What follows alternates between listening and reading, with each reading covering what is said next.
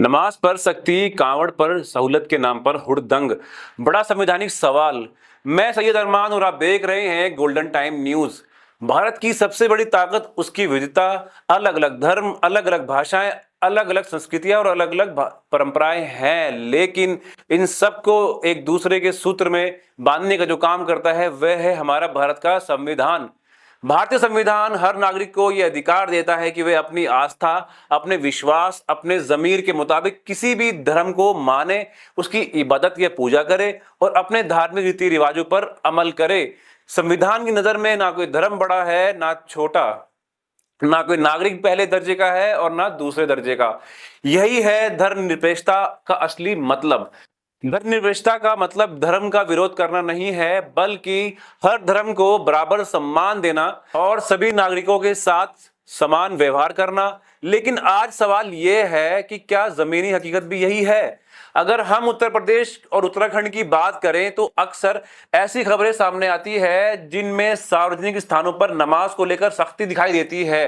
कई जगह मस्जिदों के बाहर नमाज पढ़ने पर रोक लगाई जाती है। उत्तराखंड में अदालत के आदेशों के आधार पर कई मस्जिदों से लाउडस्पीकर भी हटाए गए।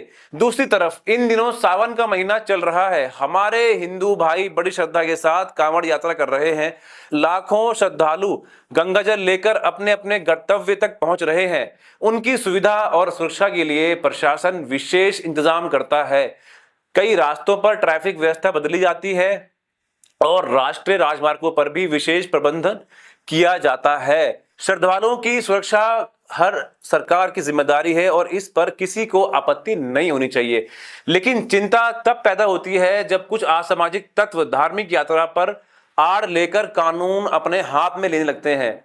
हाल के दिनों में ऐसी घटनाएं सामने आई जिनमें कांवड़ यात्रा के दौरान मारपीट और तोड़फोड़ देखने को मिली। उत्तराखंड के मंगलौर में एपीजे अब्दुल कलाम चौक के पास हरियाणा से आए कुछ कांवड़ियों के साथ ही दूसरे कांवड़ियों द्वारा मारपीट और वाहन में तोड़फोड़ घटना चर्चा में रही।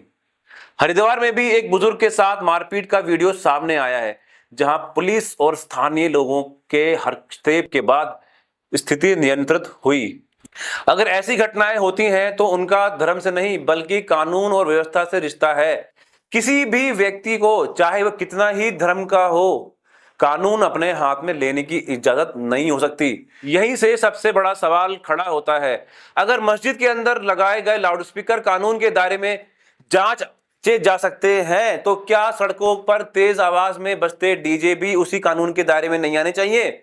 अगर कुछ मिनटों के लिए मस्जिद से बाहर नमाज पढ़ना कानून का सवाल बन जाता है, तो फिर सार्वजनिक स्थानों पर होने वाली दूसरी धार्मिक गतिविधियों के लिए यह भी पैमाना लागू नहीं होना चाहिए। संविधान कहता है कि कानून सबके लिए बराबर होगा। इसीलिए सवाल किसी एक धर्म का नहीं बल्कि बराबरी के सिद्धांत का है। हमारा उद्देश्य किसी धर्म पर उंगली उठाना नहीं है। हिंदू हो या मुसलमान, सिख हो या ईसाई, हर नागरिक को अपने धर्म पर अमल करने का अधिकार है। लेकिन उतनी ही जरूरी बात यह भी है कि कोई भी व्यक्ति या समूह धर्म के नाम पर हिंसा, नफरत या कानून तोड़ने का अधिकार नहीं रखता। आज राहत इंदौरी जी का शेर हालात पर सोचने के लिए मजबूर करता है।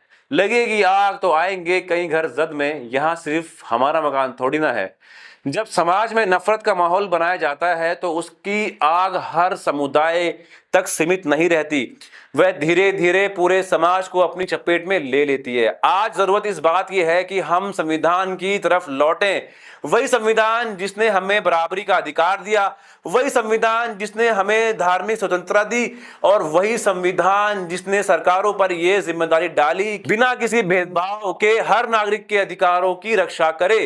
भारत की पहचान किसी एक धर्म से नहीं बल्कि उसकी एकता, विविधता और संविधान से है। अगर कानून लागू हो तो सब पर बराबर का लागू हो, अगर नियम बने तो सबके लिए एक जैसे हों और अगर न्याय मिले तो बिना किसी भेदभाव के मिले।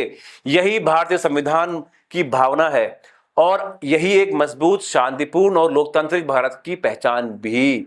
अगर आपको हमारी ये पेशकश पसंद आई तो वीडियो को लाइक कीजिए, शेयर कीजिए और गोल्डन टाइम न्यूज़ को सब्सक्राइब जरूर करना। और मैं हूं सैयद अरमान। धन्यवाद।